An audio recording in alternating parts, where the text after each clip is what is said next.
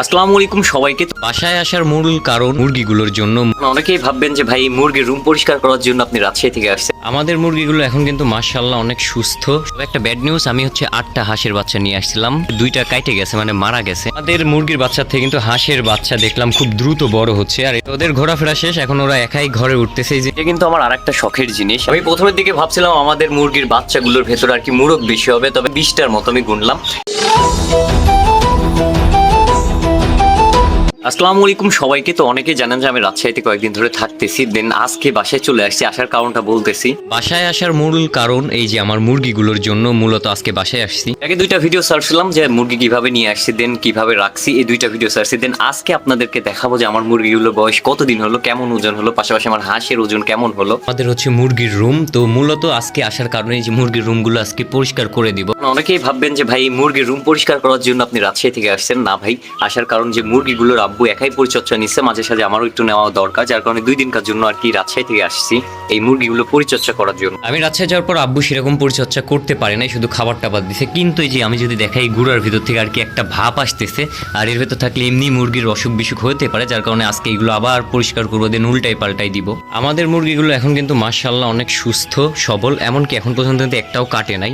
আমি প্রথমের দিকে ভাবছিলাম যেহেতু আমি নতুন উদ্যোক্তা কেমন হবে আল্লাহ পাকি জানে, কয়টা মুরগি বাঁচবে। তবে মাশাআল্লাহ আল্লাহর রহমতে আপনাদের দোয়াই এখন মুরগিগুলো সুস্থ সবল। আমাদের মুরগি আনা প্রায় হচ্ছে 20 থেকে 25 দিন বয়স হয়ে যাচ্ছে। তবে একটা ব্যাড নিউজ, আমি হচ্ছে 8টা হাঁসের বাচ্চা নিয়ে আসছিলাম, কিন্তু এখান থেকে 2টা কাইটে গেছে, মানে মারা গেছে। 2টা মারাও যেত না যদি আমরা ভালোভাবে বোর্ডিং করাইতাম, কিন্তু আমাদের বোর্ডিং এর দিক দিয়ে একটু ঢিলাফিলা হয়ে গেছিল, যার কারণে 2টা হাঁসকে বাঁচাইতে পারি নাই। তবে আমি যদি দেখাই মাশাআল্লাহ আমাদের মানে হাঁসের বাচ্চাগুলো এখন সুস্থ সবল। মুরগির বাচ্চা থেকে কিন্তু হাঁসের বাচ্চা দেখলাম খুব দ্রুত বড় হচ্ছে, আর এটার ওয়েট মেবি হচ্ছে হাফ কেজির কাছাকাছি, কিন্তু সম্পূর্ণভাবে পরিপূর্ণভাবে বাড়ে নাই। মুরগি আনার পরে আজকে দিয়ে দ্বিতীয়বার আমি বাইরে বের করলাম, কারণ আমি দেখলাম অনেক ঘাটাঘাটি করলাম যে মুরগি মানে এই ফার্মি মুরগিগুলো আর কি দেশি মুরগির মতো বাইরে ছেড়ে মেরে দিতে হয়। তো দেন ওদের ছেড়ে দেওয়ার পর দেখলাম অনেক খুশি ওই যে ওইদিকে খেয়ে বেড়াচ্ছে, প্লাস এই দিকে এমনকি আমার এই সাইডেও মুরগিগুলো সব ঘুরে ঘুরে বেড়াচ্ছে, আনন্দ করতেছে। আসলে প্রথমের দিকে একটু প্রবলেম হয়েছিল মুরগিগুলোকে বাইরে বের করা, কিন্তু আজকে যেহেতু দ্বিতীয়বার বের করছে, আজকে যখন ছেড়ে দিলাম অটোমেটিকলি ওরা বের হয়ে গেল, অত জ্বালাইলো না। আজকে আমার সাথে কেউ নাই, যার কারণে একাই আমাকে এগুলো সব উল্টাই পাল্টাই দেওয়া লাগছে। কিছু করার নাই, যখন উদ্যোক্তা হয়েছে একটু কষ্ট করাই লাগবে। ওটি পরিষ্কার করে ফেলছি অলরেডি, এখন শুধু খাবারের বাটিগুলো বসানো বাকি, আর এগুলো সব আমাকে একাই করা লাগছে। অনেক হাঁপাই গেছি, বাট কিছু করার নাই।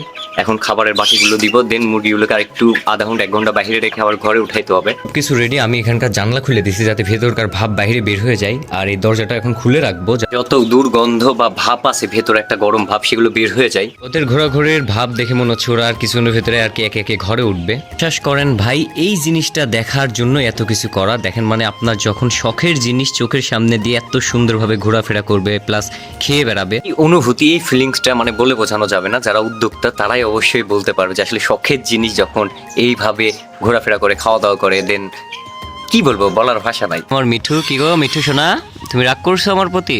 ও রাগ করছে, ওর সাথে মেলা দিন দেখা করি না, এই যে চলে আসছি, এদিকে ঘুরো। এটা কিন্তু আমার আরেকটা শখের জিনিস, আমি অনেক বেশি ভালোবাসি, অনেক বেশি পছন্দ করি।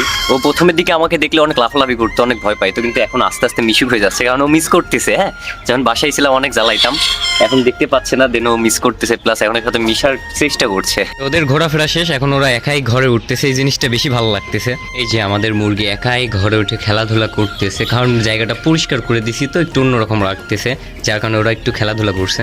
আমি প্রথমের দিকে ভাবছিলাম আমাদের মুরগির বাচ্চাগুলোর ভেতরে আর কি মুরগ বেশি হবে, তবে যাক আল্লাহর রহমতে মুরগ বেশি একটা হয় নাই, মানে 20টার মতো আমি গুনলাম, মানে সর্বোচ্চ গেলে আর কি 25টা মুরগ হবে।